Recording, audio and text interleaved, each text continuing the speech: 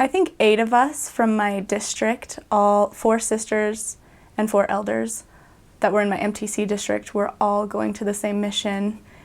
And so it was really fun. We felt like we had a strong group that all arrived together, so I think we felt confident and comfortable in the airport, on the plane, arriving. Our mission president was seasoned. He was leaving in 4 or 6 months, and so he and his wife picked us up and they answered all of our questions about all the great things about Canada. And Canada is pretty similar to the United States, and so it felt pretty normal. The biggest adjustment was just fitting into missionary life. So I got called. I was really spoiled, maybe is the right word, because the first area that I was in was, we were opening a new area and a new apartment, and we were with another set of sisters, and it was a beautiful apartment and really good, on the ball sisters, so they helped with the adjustment period, but it was still hard. It's hard to get used to the schedule, and it's hard to get used to meeting new people and talking to people all the time. Was probably the thing that was hardest to get used to. So the Canada Edmonton mission has 6 stakes. There are 4 that are in the city of Edmonton, and there's one that's north, significantly northwest of the city of Edmonton, and one that's south of the city of Edmonton.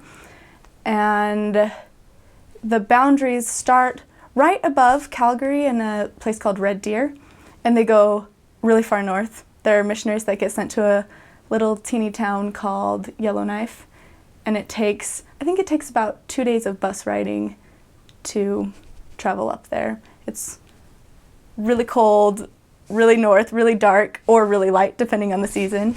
So that's kind of the geographical area. It covers multiple provinces, but mostly it's just in the province of Alberta, and then it touches some of the surrounding provinces. When I arrived, there were just English and Spanish missionaries, but now they have Tagalog missionaries as well as Mandarin missionaries, which is much needed because there are a lot of immigrants in Canada. Alberta especially is a great place for the church because Calgary, which is not in the mission but right south of the mission, was settled by Latter-day Saints, and so it has a decent population of, I think southern Alberta has a lot of members, but even Edmonton area has a decent population of Latter-day Saints. And enough that there could be, while I was there were 6 YSA wards and a great institute program. I think that may have shrunk down a little bit, but they have a great institute program and a thriving YSA atmosphere there. And they also have a temple. There's a temple in Edmonton. It's one of President Hinckley's little temples, and it's right in the same parking lot as one of the stake centers. So it's very central. Everybody can get to it. A lot of the missionaries had cars. There were also areas, I think especially as there began to be more missionaries in the mission, there were areas that used public transportation more, and then there were a limited amount of areas that were walking. I think I ran into all of the normal misconceptions at least once or twice, like Jehovah's Witnesses or other evangelical missionaries, but I think there's at least a common understanding of who Latter-day Saints are. I feel like a really unique thing about serving in Edmonton is the young single adult atmosphere. A lot of missionaries end up serving with young single adults, and it's a really fun opportunity.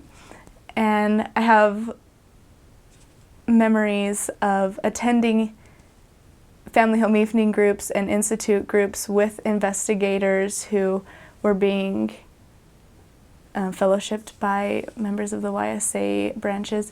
And I just think that there's a lot to be learned from the members there, how willing they were to have new people come, how excited they were to have new people come, and how many of them participated in institute and family home evening group activities. One thing that we used to like to do as missionaries is celebrate all of the holidays, because in Canada, they have so many holidays, because they have almost all of the same holidays that we have in America, plus more. And so we tried to take advantage of that in our proselyting efforts. So we would print little cards to say Happy Family Day to people. I think they literally had a holiday every month, a Monday holiday every month. Maybe with the exception of 1 month, but they love holidays. And so we would try to take advantage of that by using that as a way to start conversations with people. They have Family Day, which was a really fun way to talk with people about the plan of salvation, or their Canada Day is a great way to talk about the blessings of the countries that we live in, and so many other holidays. It was really fun to just use their small cultural, that part of their culture to be able to share the gospel more. One thing that our mission president really emphasized was knowing the scriptures, and I think that's really important. It's important to understand what you're teaching, so knowing each of the points in Preach My Gospel, but then also being able to back that up with the words of the prophets, both from the Book of Mormon and from the Bible.